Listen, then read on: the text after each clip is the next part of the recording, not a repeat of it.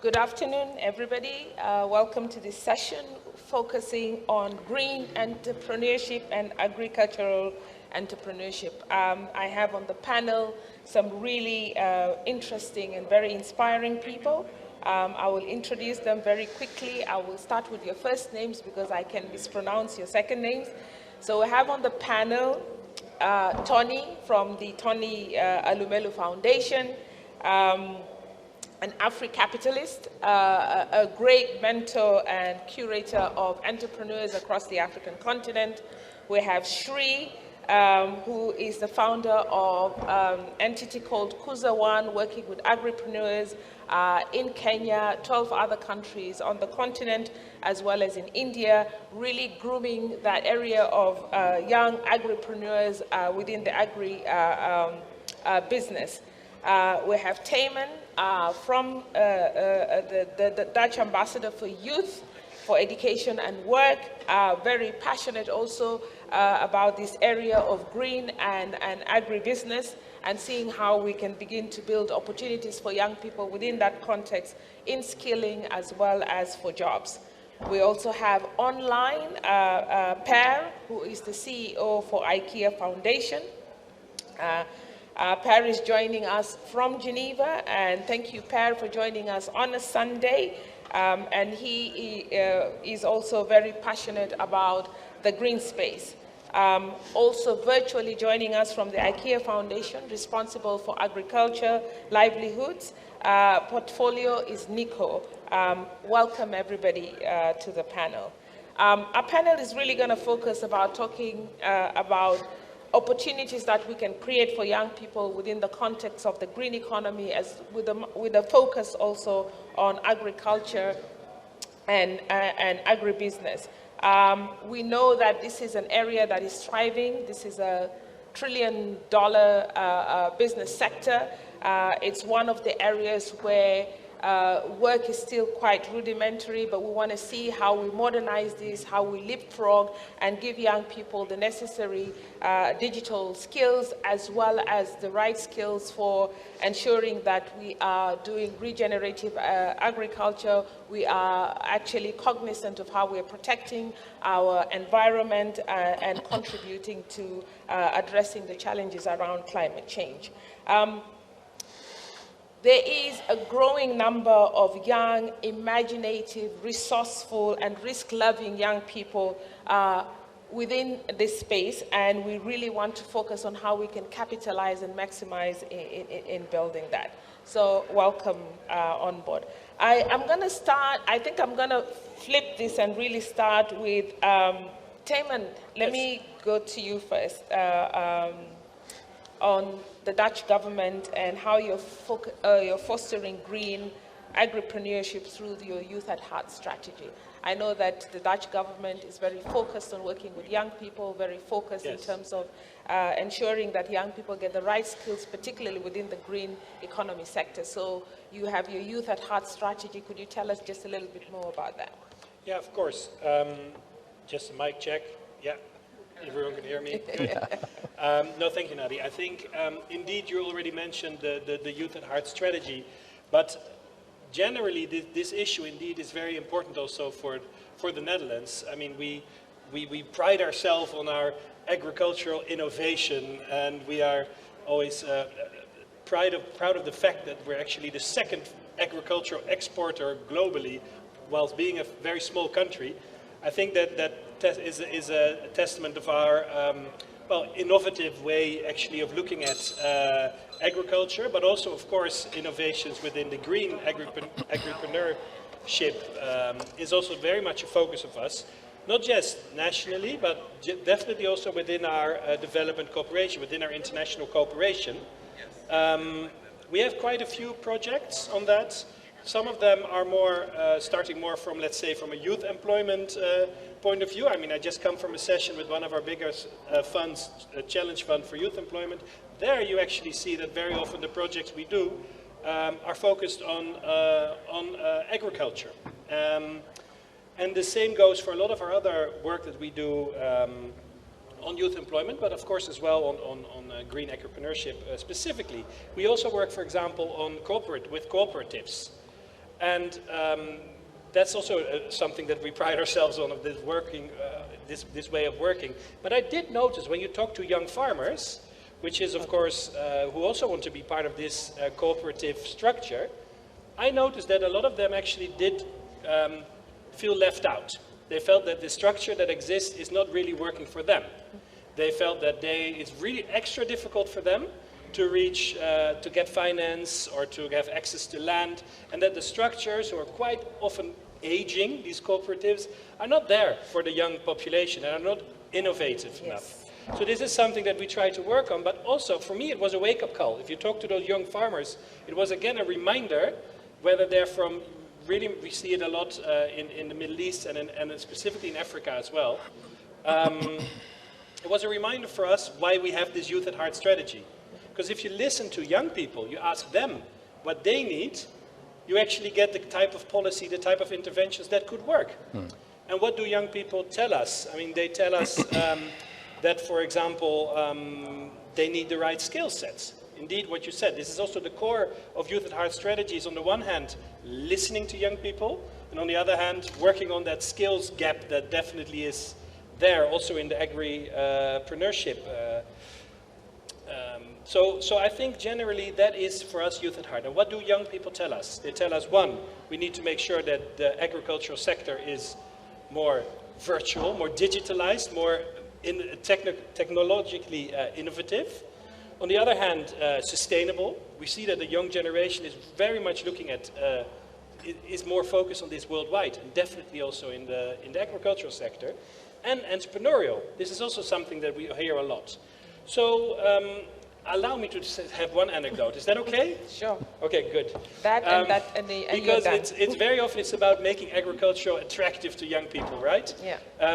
I used to live in Kenya, and there was always this enormous ad on the big Uhuru highway that was an ad for a painkiller.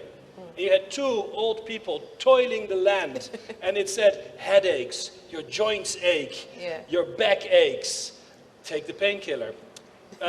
Which I always thought when I passed, I'd say, well, it will never work to make this sector appealing to young people if this is the image that is there.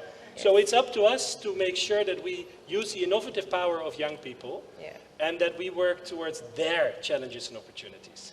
Yeah, thank you very much, Chairman, for that. It reminds me of a young Zambian agripreneur who actually took up FAO annual report on agriculture, talking about young people, and had the picture of an old person, and she was like, this is not good enough for us. We need it to be sophisticated, look sexier, etc., so that we are attracted to agriculture.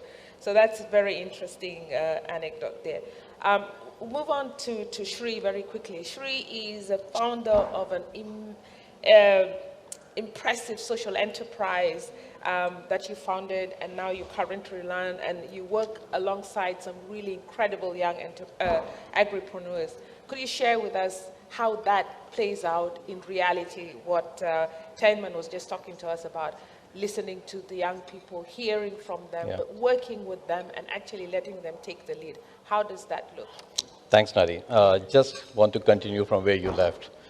One of the interesting trends, just speaking about Kenya, an average Kenyan farmer is 60-year-old, and an average Kenyan is 19-year-old. There's a massive intergenerational crisis.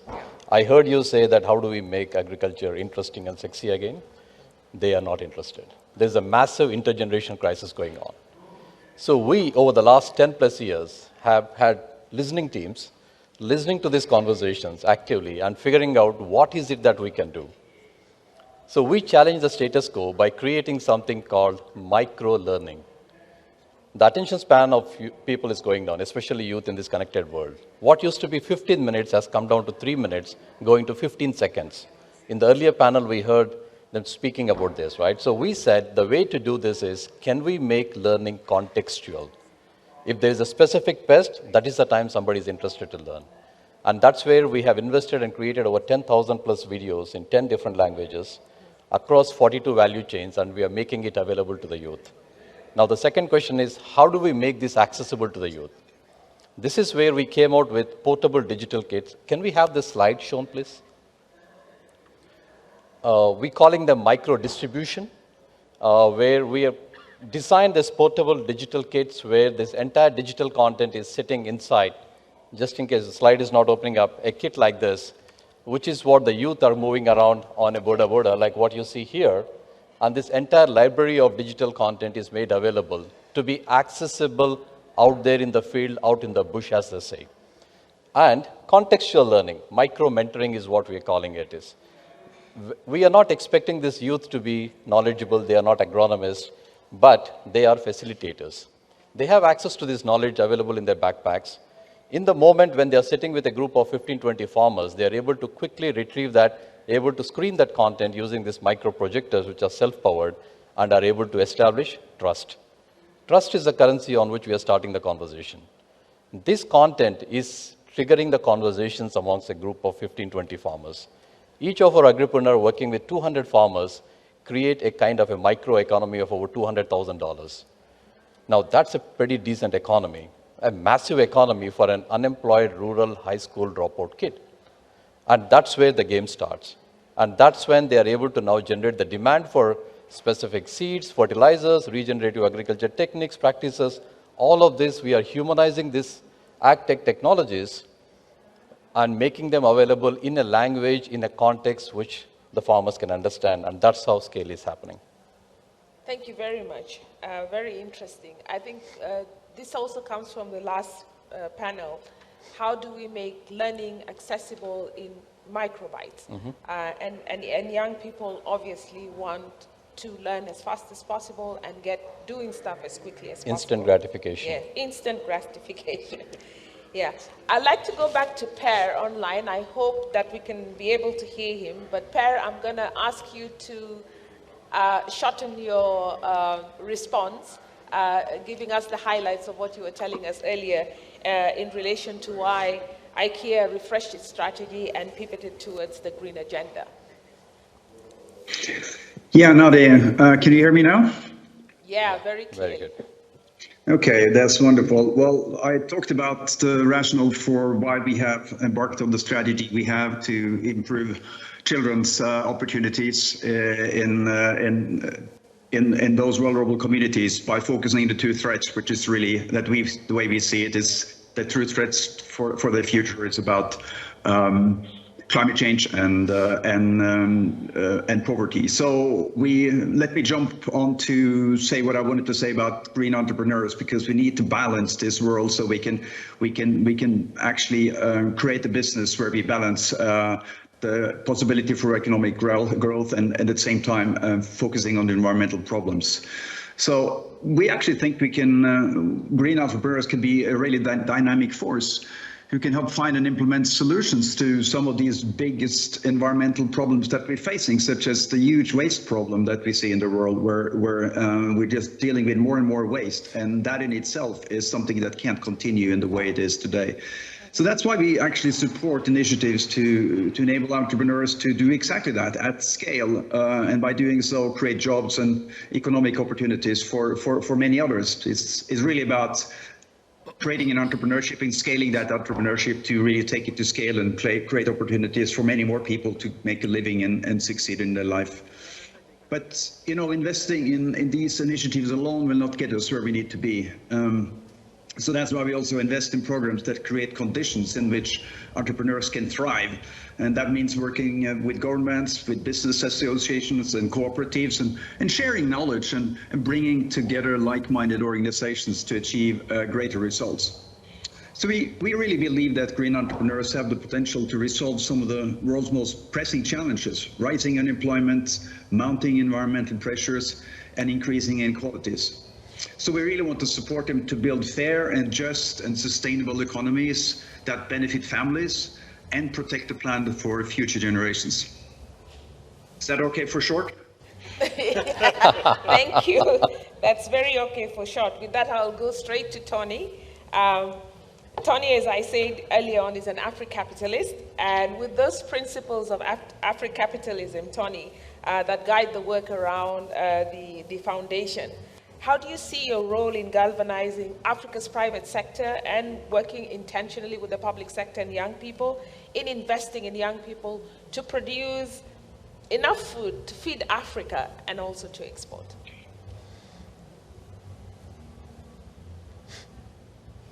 Sound. Good to be on this panel. I know it's good to be on this panel with great global citizens, such as and the rest of my fellow panelists. Indeed, let me start from one of the comments the last speaker made about the intergenerational issues surrounding farming or agriculture in Africa, especially Kenya. From where I sit at the Tony Elumelu Foundation, as some of you know, we are committed to developing Africa through economic empowerment of young Africans. We do this across all countries. And so we have practical first-hand information about what the situation is on the continent and what these young African entrepreneurs want. From our experience and interactions and through the over 400,000 applicants that come through the process every year, we've seen that there's actually a change in what is happening. Young Africans are interested in agriculture. The beneficiaries of the Tony Elumelu Foundation Entrepreneurship Program that supports them, we've seen over 30%, both men and women, young men and women, who have succeeded in the agricultural space. So it's changing actually, and I believe it will soon catch up in Kenya if I'm not caught up already there. But coming to the question of what we can do, mobilizing and supporting young Africans to go into this sector so that we can at least assure food security for the continent and possibly support the rest of the world. I like to say, first is, these young entrepreneurs, they need support. They need capital support. They need support and access to markets. They need training. They need mentoring. And all of this help to move them forward. On the continent, through the work of the Tony Elumelu Foundation, we are capitalizing a new mindset, a shift in how the successful private sector, how they move some of the challenges we have on the continent. First, poverty eradication. We've come to realize that we need to support these people through mechanisms and efforts that spoke about and from what we do, people are beginning to see that in the 21st century, there are better ways to help humanity. There are better ways to even help ourselves, self-enlightened thinkers, in making sure that young people are gainfully employed through entrepreneurship. At the Tony Elumelu Foundation, not long ago, we funded this putting in place of a commodity exchange, we call African Commodity Exchange, in some of the African countries. This is helping our young ones who are into farming to price discovery. It's helping to bring transparency to pricing mechanism in that space. This is one of the things we can do beyond even giving capital to them. Help them improve their success in that. They need research, need to embrace technology. And all of this requires money, requires more capital, requires training, and again, the exposure, the networking platform that they can interact with. And also, working with national partners.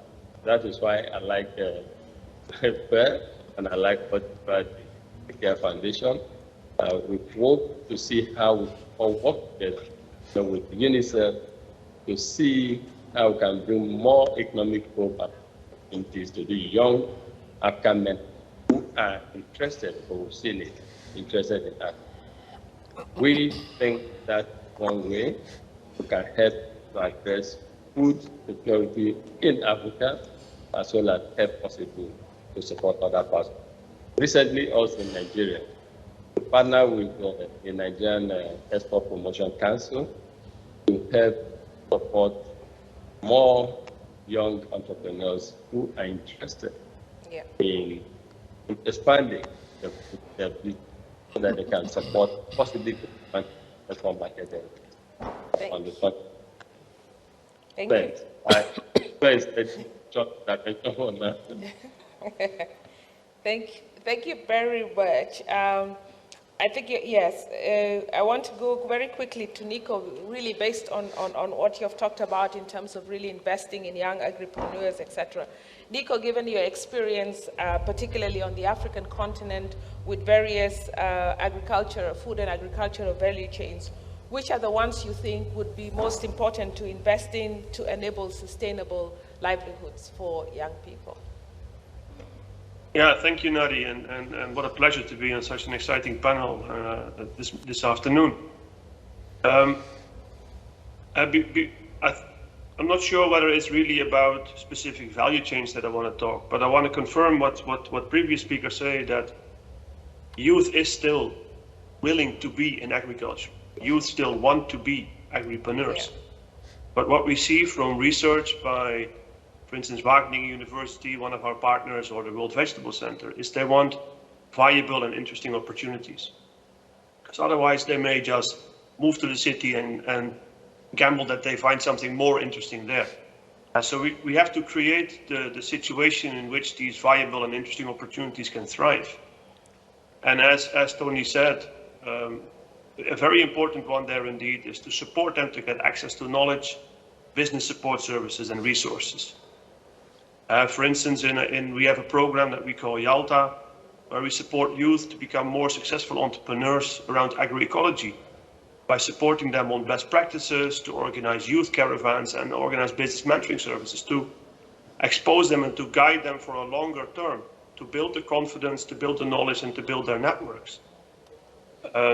But also I think we need to invest a lot more in who are going to be the future leaders to push this transformation, to push this agenda for youth. Mm-hmm. And therefore we started with Wageningen and Wasafiri, for instance, the African Food Fellowship, which is really bringing cohorts of young food leaders in the private, in the public and in the civic space to work together to doctor out what will this future food system for Africa look like. Mm-hmm. And as I mentioned earlier, youth want it to be viable. And in order to be that viable, what we see is that we need a diversification of production systems. Africa, for a long time, I think, has now been focusing on main staples like maize, like rice, but we need a diversification away from that. Also to make the system more regenerative and more climate resilient, but also to create opportunities for youth to be engaged in. And in order to materialize them, they need, like others also say, access to input services, access to technology. We need to focus more on digitization, but also on production services like irrigation, mechanization. Correct.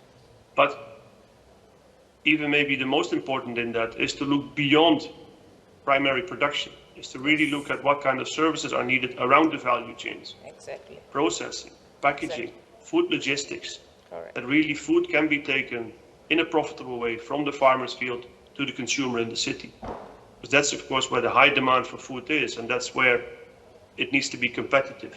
And with partners like AGRA, IDH, we are looking really at developing work on models around this. And lastly, what we see is an increased need for investment in the local food systems. Yep. That are based on local and indigenous knowledge, so that we are responsible stewards towards our planet. And maybe we shouldn't call them anymore agripreneurs, but agri-foodpreneurs, because the key thing they're working on is food. It's not just agriculture. The key thing they're working on is food. And they need financial support at any moment to make their enterprise work. And this can be startup investment, like we're doing with some accelerators, but it can also be social lending for farmers, like 1 Acre Fund is doing, or like what Wood Capital is doing, really working together with smallholders and enterprises to get their lending going, to keep their business running. And last but not least, I think we need to also address banks and enterprises to try to steer towards creating the right incentives to invest in planet-positive agriculture. Loans that banks give, investments that need to include people and planet. We are working, for instance, with Aceli Africa to develop preferential loan products for green investment. Let me leave it like that at the moment. I can't mention it there. Thank you very much. I think it's more about the agri-food business sector in of itself, not just a focus on, young farmers. It's way beyond that, across the value chains, lots of opportunities. You mentioned a lot of opportunities within that sector. And I think one of the things missing in this panel is we don't have a young person to actually tell us what it means for them within this sector and how best they can be helped. But that's, it wasn't intended to be this way. We had hoped we'd have a young person, but logistics wasn't on our side. But having said that, I think one of the critical areas you've talked about is about financing the sector, getting the right resources to young people within the sector. So I'm going to pose like one question, not for you, Shri, but for Tijmen, for Per, and for Tony. Tijmen, being part of the Dutch government, priding yourself on all the innovative stuff that you're doing around the agri-food business. How can you export that to other contexts, and how can the Dutch government also support in financing such opportunities and working with foundations or organizations like Shri within the African context and the Global South to be able to get to the same level of innovation? And for Per, we know that recently you partnered with the Rockefeller Foundation, put in for $1 billion fund in terms of looking at regenerative energy solar systems and how that can support greening within the context of the Global South. And what kind of opportunities do you see with foundations like the Tony Elumelu Foundation on the African continent, maybe in partnering towards some of these ventures? And Tony, how do you see your partnerships with foundations like IKEA in addressing issues around the agri-food business sector in Africa, and also your role in rallying African governments and African private sector along with the young people towards this agenda, so that we can come together much stronger on this agenda and be able to move it forward. So in that order, and if you can make your answers short and snappy, I would really appreciate that. Thank you. Okay, I will start and I'll try to be short and snappy. No, you're asking about partnerships as well, right? You're asking about also our role in that. Partnerships and money. And money, yes, I know. That's what you get when you're a government representative. But that's quite all right. No, these partnerships, for our side, we might not always add the knowledge, but there's, of course, a lot of partners that we work with who have that knowledge. They could be in the Netherlands, but they're also, of course, everywhere else. I mean, yes. If I think about a good example, recently it was brought to my attention a very interesting project where we work in partnership with the already mentioned, well, if you ask Dutch people about agriculture, you get Wageningen University. So partnership with that university together with actually a lot of local Dutch companies, but also local partner institutes in East Africa in 3 different countries. And that's called Excellent in Dairy. And that is really one where we might provide the funding, but it is in the end, it is a cooperation between knowledge institutes and businesses from the Netherlands with local knowledge institutes as well. Because in the end, it's about making sure that the technical, the TVET education and the agriculture education in these countries, in this case in East Africa, actually have the curriculum that is up to date. Because we've talked a lot about skilling, but I would say that is essential. So, and our role can also be that in partnership, we work on making sure that agri-food entrepreneurship skills are actually part of a national curriculum. You know, it's actually something that is throughout the system, that is integrated. So yes, for us, these partnerships, they are actually in the end, and this is something that probably Generation Unlimited, who's also organizing this session, must agree with. This is a private-public youth partnership always, because you have to make sure that they're involved, although they might not be here in this room. For us, that is absolutely essential, and we can be that role of a platform, knowledge broker, funder, but it's in the end, it is local organizations, it is people who have the knowledge who need to deliver and who will deliver in the end. Thank you. Can we move on to Per? Sure, Nadi, and I can't answer this question without taking a step back and take the opportunity to remind ourselves that we have less than a decade left to take the measures that's needed to keep global warming below 1.5 degrees. And at the moment, we're really not making the progress we need to make. So the clock is ticking. This is really an unprecedented challenge, and therefore it requires an unprecedented kind of collaboration. We have to cut these greenhouse gas emissions while working on creating livelihood opportunities for people living in the most vulnerable parts of the world. This has a huge impact on the ability to sustain agricultural practices in sub-Saharan Africa, for example. I mean, any development requires access to energy, and I mean clean energy. We need to bring organizations, sectors, and institutions together to work in an effective way to make this progress. That means that they have the capacity to invest in larger financial resources. That takes me to the Rockefeller Partnership. We embarked on this partnership simply. We joined together and created something we call the Global Energy Alliance for People and Planet. We created initial funding with the two of us of $1 billion US, and our goal is to leverage that funding to attract another $100 billion over the next 10 years. If we can succeed in that, and I'm pretty sure we will, this will be enough to provide renewable energy to about 1 billion people in the global south, and that's going to totally change the way they live their lives and the way they build jobs and the way they create and grow the economy. That will help create millions of jobs, obviously, and of course it will help drive efficiency and profitability in agriculture. Agriculture can do so much more with access to energy in terms of driving efficiency and adapting to the changes that the climate has pushed upon them. So I think by doing this, we will also probably at least avoid 1 billion tons of carbon, which is really important if we're going to stay within the 1.5 limit. So today, I mean, as a final thought, today less than 2% of global philanthropic giving is actually dedicated to climate change mitigation. Less than 2%. So I just want to use the opportunity to call on everyone to join us in increasing that percentage so we can secure an energy transition and build a better future for children and the young people. Thank you. We'll move on to Tony then.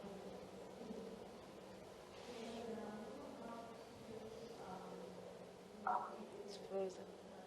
Like what Ben said, and also our Dutch minister, Ambassador, I look forward to seeing how we can work together, because we bring to the table first-hand information about what is happening.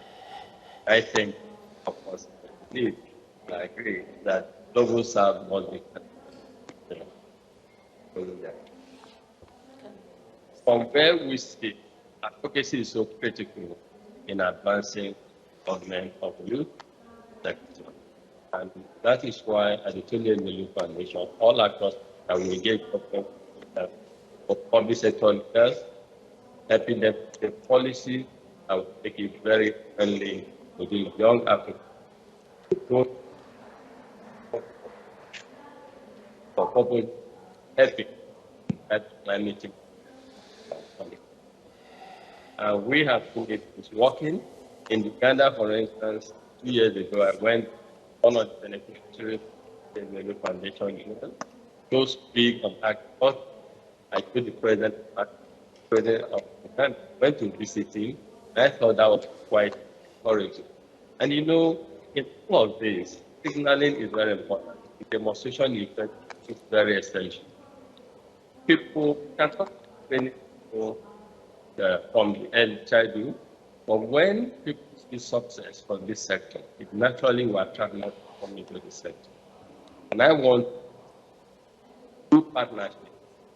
I care for the Dutch agencies, others, like what we try to empower 100,000 young Africans, and like what we do with UNDP, others, to collectively mobilize resources that will help these young African entrepreneurs who are interested in agriculture or in food business to succeed. Agri-prenuership, it will signal and demonstrate and show to others that this is a very viable sector. It is more Africa, have arable land, but everything it takes to succeed. But just that we need to encourage them with resources. Now, I agree with what they call ultimate resource, be it knowledge resource, financial resource, or even network that you don't need to. I think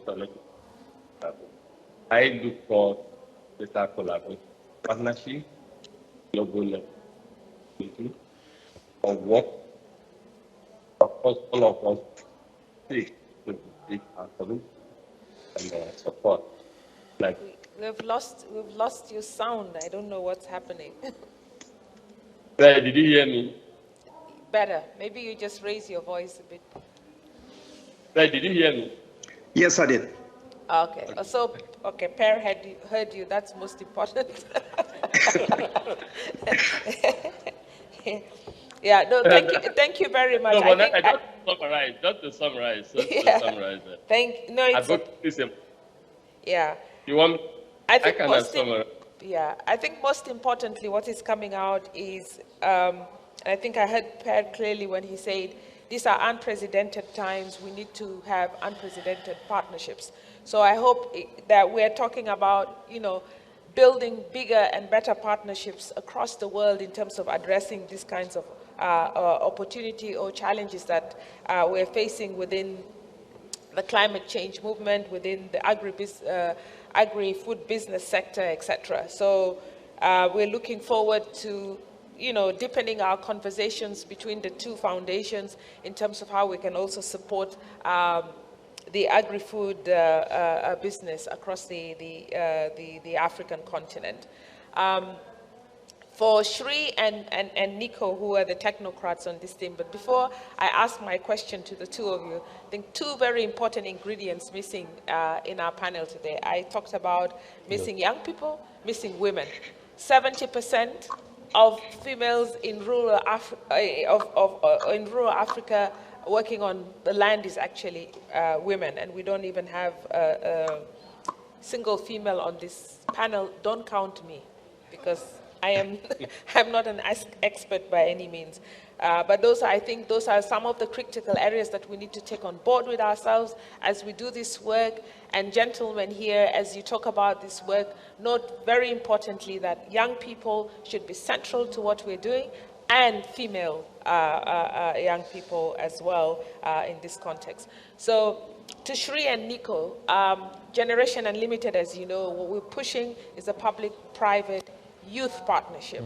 How do you see within this agri-food business or agri-food preneurship sector, how do we build a stable, sustainable pipeline of purpose-driven young people in this sector to ensure that they build it, they are committed to it, and we're able to address some of the climate challenges also that Per was talking about.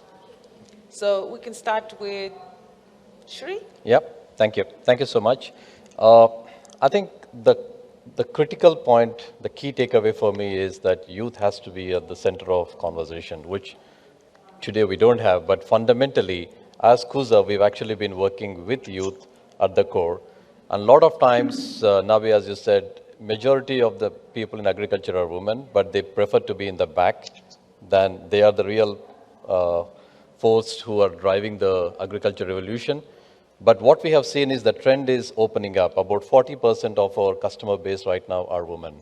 Yeah. And they are kind of putting up their hand and doing. So the key really is I see this as public sector has a role to play. Philanthropy sector is kind of catalyzing this change. Private sector is the one which is scaling these solutions, and youth are the midst of it. And the missing thing is a platform. So we have an opportunity today, thanks to COVID, in the last 24 months, we have seen about 15x growth in the network and the youth coming into agriculture and doing like Tony said. Wow. Now, extreme conditions are fertile soil for extreme innovation. And today, fortunately, Majority of these exponential technologies are maturing just about now, and this is the time for us to bring this onto a platform. That's from the technology point of view. People, process, and technology have to go hand in hand. While we are talking of people, that is youth, agripreneurs, agribusiness, that's one dimension. How do we build these capacities and do it? We have done something called, set up something called READY, Rural Entrepreneur Development Incubators, where rather than expecting youth to leave their livelihoods and come to bigger cities, we are taking this capacity building and trainings out into the rural areas. Process is important, and technology, where there are close to 150 plus innovative agtech technologies today on the continent. Now they're all working in silos. It's about time that we bring these point solutions together, leverage the resources that we can get from public, philanthropy, and the private sector to scale. 1 + 1 can be 11. Can be 11. Thank you very much. Nico, building on that, please. Yeah, no, thanks. And I think Sri hit the nail on the head. Youth needs to be put in the center and be involved in decision making. That's all. And I think that's also why I mentioned earlier for instance, the African Food Fellowship, where we are nurturing the next generation of leaders. Yes. It's now us gray-haired people, that are deciding everything for youth. Youth need to be there. Women need to be there. Women need to be in decision making. But also, I think we need to create the right opportunities, especially for women, to be able to participate. I mentioned Root Capital earlier. I was visiting them a while ago in Kenya, where to get them participating in agribusiness, they created daycare systems. So young women with young children can participate in the economy because somebody is taking care of their children. And I think we have to look outside the box sometimes for opportunities that facilitate that youth and women can participate, that they can be unburdened to think, how can we do this? And I think there we need to find the solutions and the answers to their participation in the economy and society. Thank you very much, Nico. I think for me, the biggest lesson here today is that take the solutions, the innovation to the people where they are, work together with them to also find solutions that work within their own contexts. But most importantly, for those of us who have the means and the resources, how do we avail those to those people in those contexts so that they're able to thrive as well? So I want to thank everyone on this panel. Thank you very much. Despite the challenges with sound and everything, I think we've been able to get through. And despite the fact that we didn't have any women or young people on this panel, I think we've been able to address some of the critical issues. But I hope that this is just the start of a conversation. And then when we actually go to the... Sorry. I was going to say, not that I was sorry to cut you. I was going to say that even though we don't have youth and females on this panel, that they are represented somewhat, because over 60–70% of the beneficiaries of the Tony Elumelu Foundation entrepreneurs are female. And in fact, the last cohort of 5,000 released, 70% of them are female. Out of that, 30% are in agri space. So I think we're all working towards the same direction. I think as we partner with them, we see a lot more from it. Yes, we will definitely partner with them, but it was important to have their voices here as well. And with that, thank you, everyone. Thank you. Thank you. Thank you.